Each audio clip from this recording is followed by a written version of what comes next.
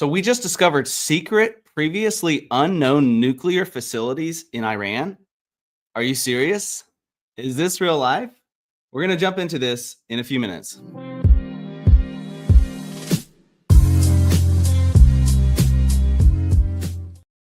All right, so I'm obviously excited to share with you my opinion about these secret, previously unknown nuclear facilities in Iran, or at least the one that Iran has admitted to, and also the State Department here in the United States has started talking about.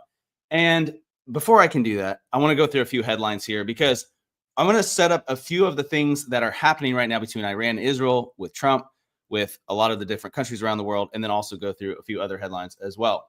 So, y'all tune in tomorrow because tomorrow we're going to have a discussion on Candace Owens. Is she right about Israel? Is she wrong? Let me know what you think about Candace Owens and where you stand on her platform and her viewpoint in the comments below this video, not in the live chat, but in the comments below after the video is over. Because we're going to be weighing in. Y'all tune in tomorrow. We're going to be weighing in on that. So Trump leaves the GC summit early to focus on conflict in Middle East. I believe he's actually already back at the summit now, is what I heard, but I could be wrong about that. That is a rumor in my mind. While on Air Force One, President Trump was questioned by the media and gave a stark warning to Iran, saying he wants an end, a real end, not a ceasefire. When pressed further, President Trump predicted that Israel would not slow down the assault on Iran and said, "You're going to find out over the next 2 days. You're going to find out nobody's slowed up so far." We'll have to wait and see if that is true or not. But G7 leaders also are urging a de-escalation. But they did stop short of calling for an Israel-Iran ceasefire. But what on earth does that mean? I mean, urging a de-escalation is kind of pointing in the same direction. So whatever. The joint statement was led by President Trump and left without making his intentions clear, only saying he was returning to Washington for big stuff. His press secretary confirmed it was because of events in the Middle East. And hours after French President Macron claimed that Trump was heading back to navigate a ceasefire, President Trump posted to Truth calling him out. Wrong. So he's saying, hey, no, French President Macron is wrong, and he has no idea why I am now on my way to Washington. But it certainly has nothing to do with a ceasefire, much bigger than that. Whether purposefully or not, Emmanuel always gets it wrong. Stay tuned. Obviously, you can tell Trump's view of the French president and, join the club. I think we all kind of have the same view of him at this point. Oh, man. Trump says that everyone, here's the breaking news. Trump says everyone should immediately evacuate Tehran. The crazy thing is China's saying the same thing. From the other perspective, but there's a bit of information that some of the news outlets are leaving out. We're going to discuss that. I'm not very happy about this because when somebody reports on the news, right, they can use the information, only part of the truth. They're not lying, but they're using part of the truth to tell a specific story. And we're going to show you two specific examples of that today. One having to do with what China's saying about Israel. The other one having to do with this top secret, previously unknown nuclear facility in Iran. And obviously, I don't know how to say. Reese was on yesterday reporting the news, and he does not know how to say Iran versus Iran. I don't know how to say it either. It doesn't matter. Trying to make everybody happy. We're just going to hit all of the different pronunciations today, hopefully. So, Iran, there's the last one. Trump on Truth Social says, Iran should have signed the deal. I told them to sign. What a shame and what a waste of human life. Simply stated, Iran cannot have a nuclear weapon. I said it over and over again. Everyone should immediately evacuate Tehran. So Trump is saying, hey, get out of there, evacuate. So is he pointing to something bigger about to happen, potentially today, over the next few days? The Israel Defense Forces, the IDF, also warned citizens to leave Tehran early Monday as well, saying on social media, dear citizens, for your safety, please leave the described area in the 3rd district of Tehran immediately. In the coming hours, the Israeli army will attack the military infrastructure of the Iranian regime in this area, as it has done in recent days in Tehran. Your presence in the area endangers your life. So I believe we're already seeing some of these attacks take place. And, it's great in my mind, the fact that the Israel Defense Forces, the IDF, are willing to put out these messages and say, hey, you've got to get out. You've got to evacuate.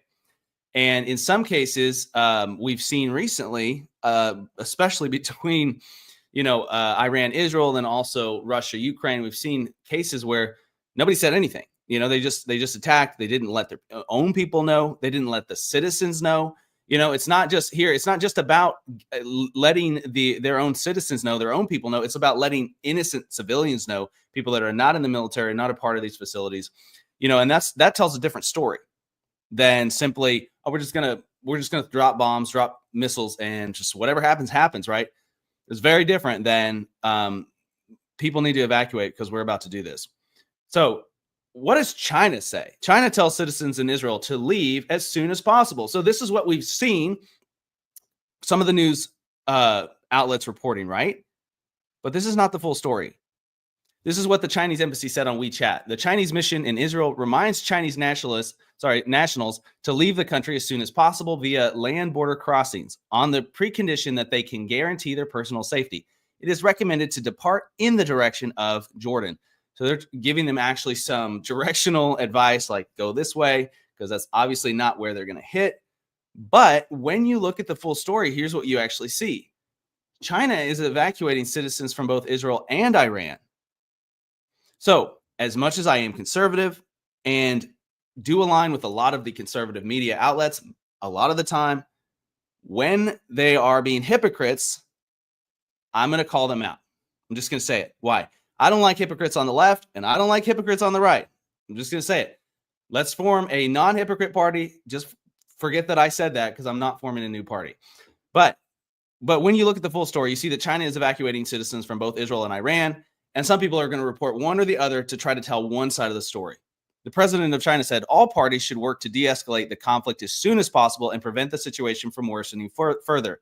China is ready to play a constructive role in restoring peace and stability in the Middle East.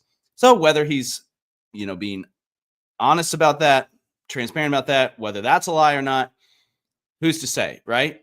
But at the same time, that's what's being publicly reported from China. And yet when we tell half the story, we're making it seem like China's about to do something that they might not be about to do, right? So we need to tell the full story. All right. So there's my rant for today.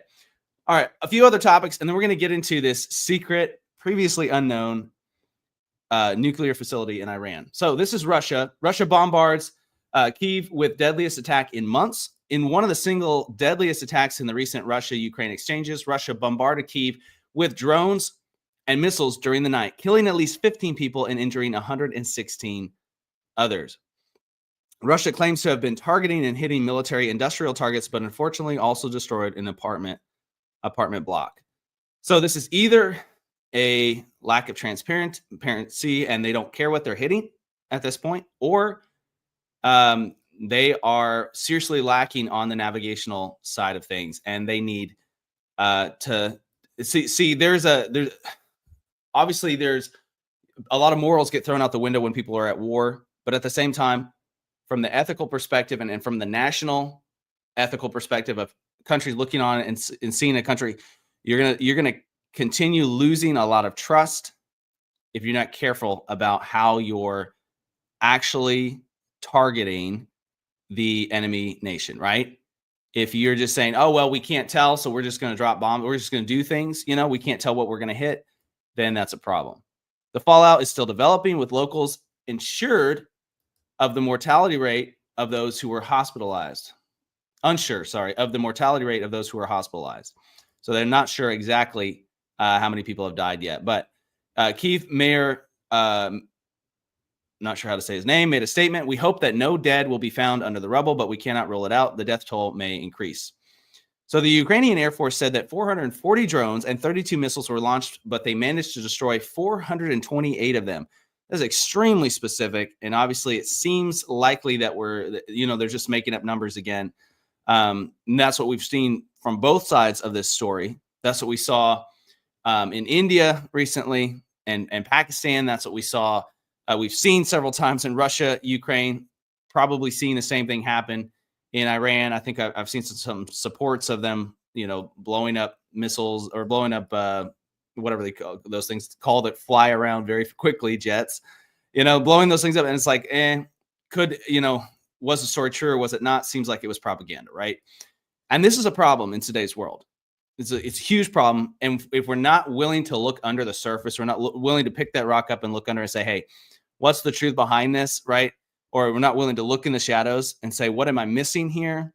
We're going to get swept along with the current of fake news, right? Or exaggerated news. Ukrainian officials also say that the launches aren't just bigger, they are more concentrated and executed in a way that makes them more difficult to combat.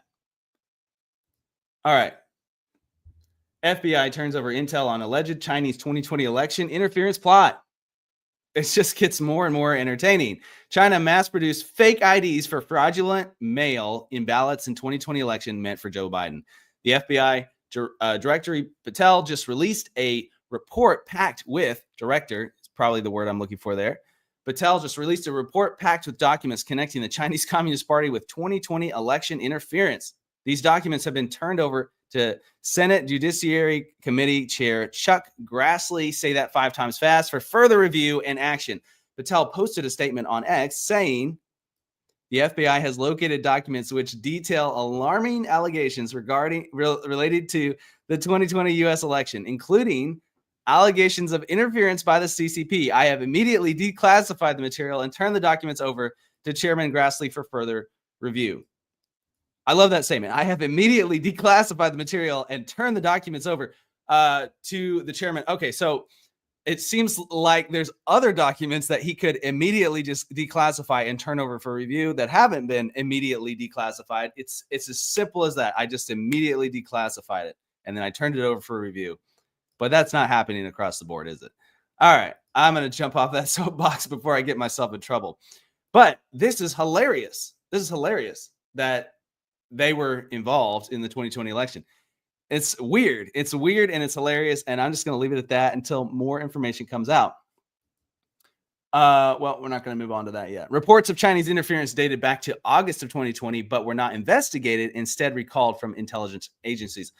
Oh, that's convenient. The FBI Director, Christopher Wray, testified that there were no known foreign interference plots before the 2020 election. And yet we're finding the truth out now that there were, and that they simply were not investigated. That's crazy. In that recalled report, tens of thousands of counterfeit drivers' licenses were seized before election time in 2020. The majority of licenses were intercepted from shipments from China, South Korea, and the UK. The head of the National Counterintelligence and Security Center, William Evanina, said that China was believed to oppose Donald Trump's reelection and had been working to expand its influence in the United States. Okay, well, I'm not surprised that China was involved, okay? And I'm not making a public statement on my view of the 2020 election results, okay? I'm not going to do that because it's a lot more complicated than what we could go through here. But at the same time, it is interesting to know that I'm not surprised China was involved, but it is interesting now to know that there were investigations that could have taken place that didn't take place, and now they're taking place years later. So let's all keep that in mind the next time that we have an election like this take place. All right. No Kings was officially a bust. I'm going to go through this real quickly and then get to Iran and this secret nuclear facility. This single post by Morgan Merrick pretty much sums it up. No Kings, but put your mask on. No Kings, but lock us down. No Kings, but I'm firing you for not vaccinating. No Kings, but you can't go outside.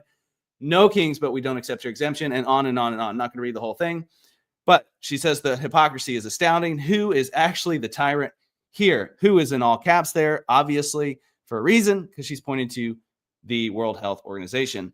And some of the funny comments below, one said, this is Trump's response to No Kings. He said, I don't feel like a king. I have to work like heck to get anything approved. Pretty great. Kings can just snap their fingers and make it happen. Another person said there were no Kings protests in the UK. Let that sink in for everyone. Okay. For those that don't get it, the UK has a king, and yet they were protesting Donald Trump as a king. It's okay. Accusing them of hypocrisy doesn't work. Another person said they think it's a virtue. So it's funny, right? It's kind of funny because it's pretty hypocritical, but at the same time, it's a serious issue. And the problem is that the elites are playing off of people's fears and misinformation, and sometimes real information, but again, only using one side of the story, only telling people one side of the story. Trump said this, and that could be true, or Trump did this, and that could be true, but they're not giving them the full reason why, or they're not giving them the full context, and they're pushing people into a fear mentality. And what have we seen over and over again? a lot of these protesters, unfortunately, were of a certain age. And I'm not saying there's anything against everybody that stays alive reaches a certain age, right? So there's nothing against that. There's nothing against people over a certain age. But the problem in some cases is that people that didn't grow up with the internet in their fingertips, and they didn't grow up understanding, hey, people use the internet and the headlines today to lie through their teeth. And they were doing it back when there were newspapers as well. But it was assumed back in the day that if you read a news headline, because it took so much money and time and journalistic prowess to get a headline into a newspaper, right, or into a magazine or wherever it was, or even onto the national news broadcast, TV broadcast, that it was true, or that there was some truth to it, right, or that it was worth listening to. And today, it's easy for people to make a fake post or make a one-sided post and just type it together, put it in Photoshop, throw it up on Instagram, on Facebook, wherever, and throw it out there for the world to see. And it goes viral, and it may be fake news. May not even be real, right? And that's what we're facing. We're facing an epidemic today of people's emotions being swayed one direction or another, and not going and doing the real research, not getting onto Google and saying, is this actually true, right?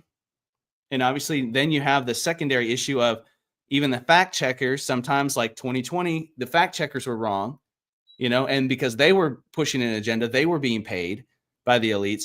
So here's my encouragement today. A lot of negativity, obviously. Sorry for that. Don't fall into the trap. Don't believe it just because it's a headline, but also don't fall into the trap when it happens on your side as well, because this happens on both sides. So here's an example of it happening on quote unquote my side, right? Breaking, previously unknown Iranian nuclear facility spanning 2,500 acres just picked up by satellite imagery. All right. It's a good thing that we're getting close to July, because some people celebrate Christmas in July, and I'm about to drop a bomb. Spoiler alert, Santa Claus is not real. What does that have to do with this? Well, I'm just going to go full sarcasm today, because here's what they say. The State Department, in this post by Fox News, says that they released satellite images of the site, location, and layout, and they said that they have people on the ground in Iran who have verified the location. I'm going to quote my brother Reese this morning on Slack. He said, I don't buy that. Just discovered facilities. Like what? Sounds like something the U.S. just decided to reveal in order to scare us into helping Israel blow up Iran. And Doug's reply, you're starting to sound like a conspiracy theorist there, sir. All right. So Reese and Doug are not here to weigh in on their opinion. So I'm not gonna say any more than that. But here's the truth. Whether we knew about this or not, we knew something. Whether we had the satellite image, we had something, right? Whether we had people on the ground looking at the facility, taking photos of it. The United States is a world-class intelligence agency. There's no way on earth that, and here's the crazy thing about it. Okay, here's the crazy thing about it. They say the word secret. Let me see if I can find it. Secret, previously unknown, one too many times in this broadcast. In this short little 1 minute clip, they keep using the term in the secret, and they pause for a second. They pause before saying this nuclear facility, and they add the word secret, previously unknown. Something's fishy. Something's up. I'm just going to say it, okay? I like Fox News. I'd rather watch Fox News than CNN any day, right?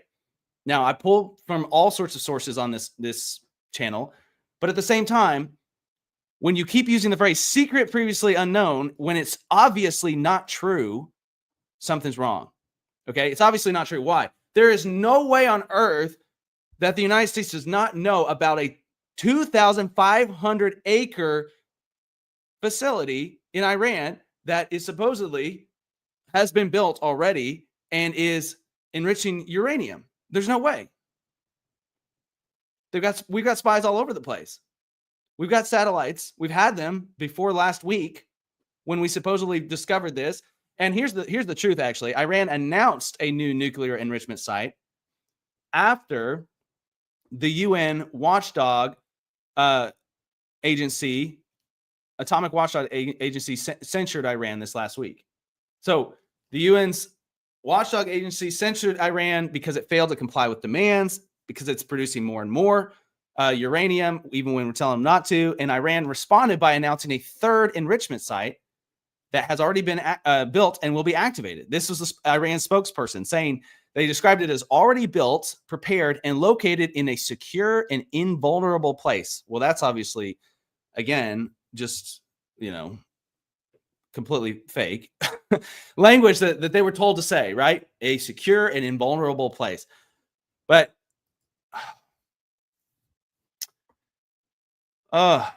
this article, also by AP News, it's interesting the language they use here. They say Iran has further increased its stockpile of uranium enriched to near weapons grade levels. Okay, we all know that they're doing that, right? But then they say the report comes at a sensitive time. And I think this is where the truth comes in, okay? The report comes at a sensitive time. Why is Fox News interviewing the State Department right now? Why is the State Department admitting to know this right now? Is because they're playing a political game. Now, I support Israel, right? I support taking nuclear arms capabilities away from Iran 100%. Their government is a terrorist organization. They should not have access to that. And we shouldn't put up with them continuing to just ignore these demands, right? And ignore these obligations. But at the same time, we need to be aware of what the media is saying and why they're saying it. I'm just going to say that. We need to be aware, because we need to be very careful before we jump behind this proposal, this plan to jump into World War III. Hey, yes, now's your chance to wipe them off the face of the planet. First off, there's a lot of civilians in Iran who would suffer if we did that, who are not a part of the government and are actually opposed to it. And they're in the streets rioting and chanting against their own supreme leader, because they understand that the United States is not the problem, Israel is not the problem, but their tyrannical government is the problem. So we need to take that into consideration. But also we need to take into consideration, do we really want to go down this road that some people are saying we should go down?